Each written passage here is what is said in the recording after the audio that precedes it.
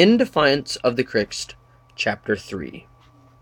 The dwarf's name turned out to be Graven Descollop, as he proudly proclaimed when Justice remembered to ask. The plan the dwarf had formed was either genius or insanity.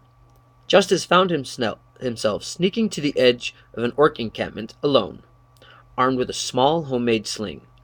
Coda and Graven were hidden somewhere on the other side of the orc encampment. He counted the orcs' green misshapen heads slowly, trying to discern their guttural language. He couldn't make heads or tails of it, honestly. One thing was for certain. There were 14 orcs in the encampment.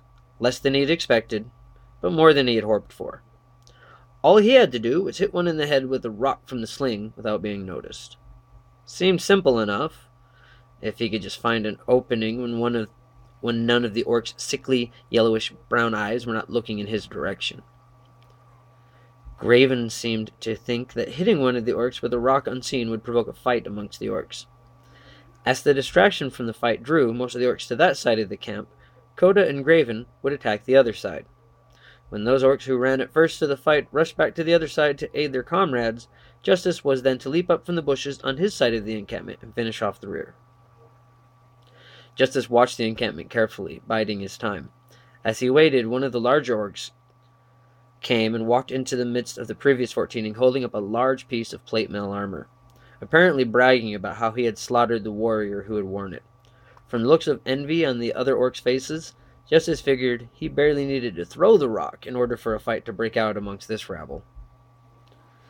As the pig-like orcan faces turned towards this new distraction, Justice flung the rock anyway, striking one of the orcs on the back of his head.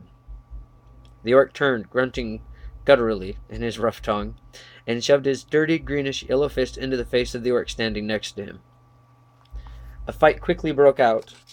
As some jumped into the fray between the two, still others, seeing their opportunity, bounced on the orc brandishing the metal armor, trying to pull it from his grasp with their thick, gnarled fingers. The rumble of the orcs had begun to reach a crescendo when a wild howl erupted from the other side of the camp.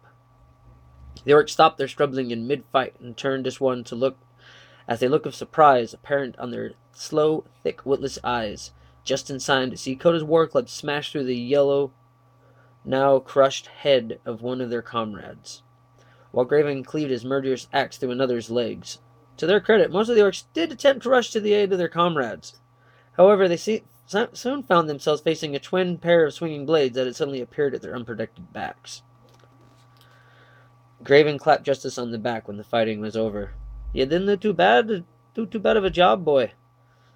The way I figure it, there's 14 orcs here. That's 28 gold pieces between the lot of us. That figures to about 9 gold apiece. Let's get some ale."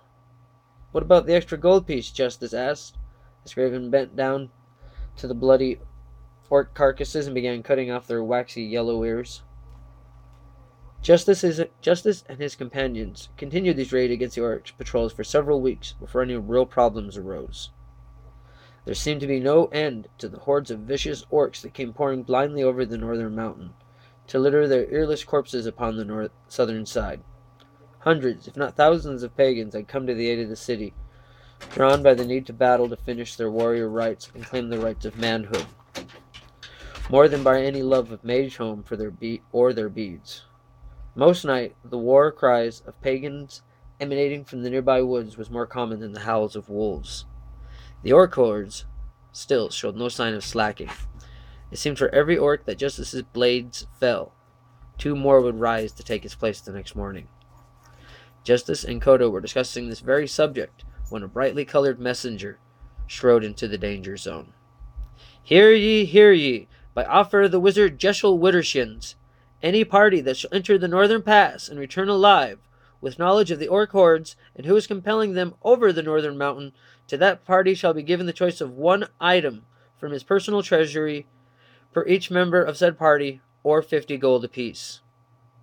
The offer, though quite generous, seemed to sour in the ears of every elf, dwarf, or human within the inn, at the mention of Jeshel Widdershin's name.